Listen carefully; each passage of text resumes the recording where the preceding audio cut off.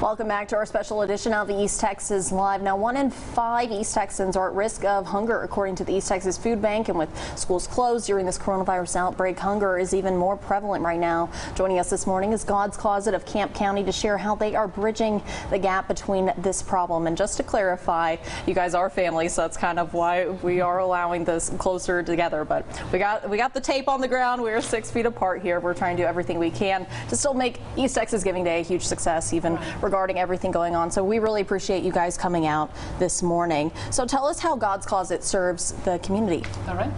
God's Closet provides food and normally clothes, but right now we're focusing on food during the pandemic. We are sending food out every Monday, Wednesday, and Friday morning from 9 to noon, and we're also doing huge drive-throughs. Our first drive-through, we had 376 families, and for Camp County, that's a big deal. We have 376 families that came through the drive-through, and what we're doing is we're having them just pop the trunk and we put the food in the trunks. Senior citizen boxes to help our senior citizens, fresh produce, and also good variety of food. We've got local farmers that are giving things that we're sending out, and Carolyn is doing prayer with the families also when they drive through. We're doing lots of good things. We've got people rallied together making masks to help people in our community too, and we've been giving the masks out for free, not selling them. So we're really doing a lot to try to make a difference in Camp County. Yeah, so how has the coronavirus outbreak really impacted your nonprofit organization? It's doubled. It has doubled the demand for food in our area. Yes, absolutely doubled it. So far this month, as of about a week ago, we had helped 876 families this month. That's double what we normally see. So it has, and it also, one thing that's really impacted us is most of our volunteers were senior citizens.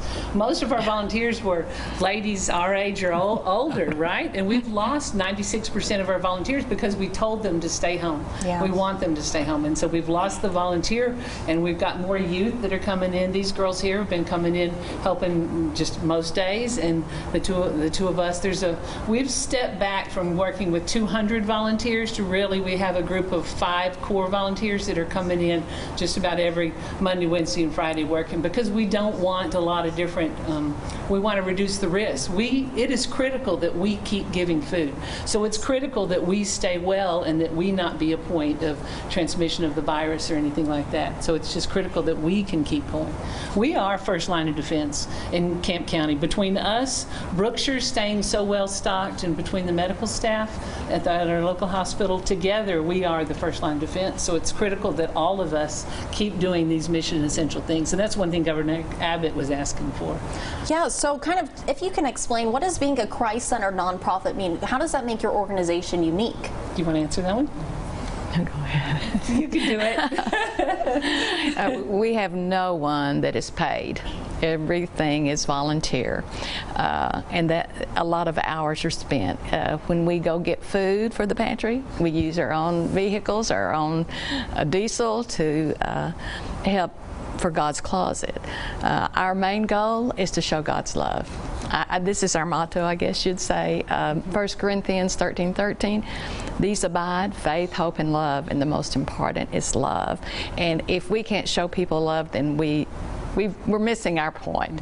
And so that is what we're trying to do, to reach out, and not just with food, but be there if they call for prayer or to listen. You know, this is a time when people are under a lot of stress, and we want to be there for them. Great work you guys do, which is exactly why people, if they can donate, really need to. If we can pull up the money that they've already raised so far today, do y'all have a goal for today? For how much you want to raise? $25,000. There you go. And already the numbers are climbing. We're only at 11:12 on this Tuesday morning. We got so many hours of giving to go. What will these funds be going towards? Food. Like Carolyn said, we're all volunteers. So, and our building is paid for. We've already paid off our building. In just over 2 years, we paid off our building. So the funds that come in are going for food. And that's, I mean, what else we have besides that? Very, very, very little. And offline, not yet listed in that total, is we had Guarantee Bond Bank, who does wonderful things for our community. They gave $5,000 $1,000. They just did as a part of this, and we're getting a matching grant of $7,500, and then another local construction business, Cox Construction, they gave $5,000. Another one gave $1,000.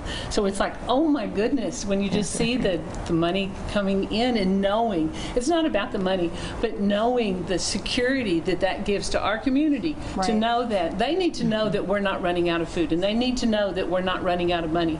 They need to know that tomorrow we'll be there, and next month we'll be there, and next year that we'll be there.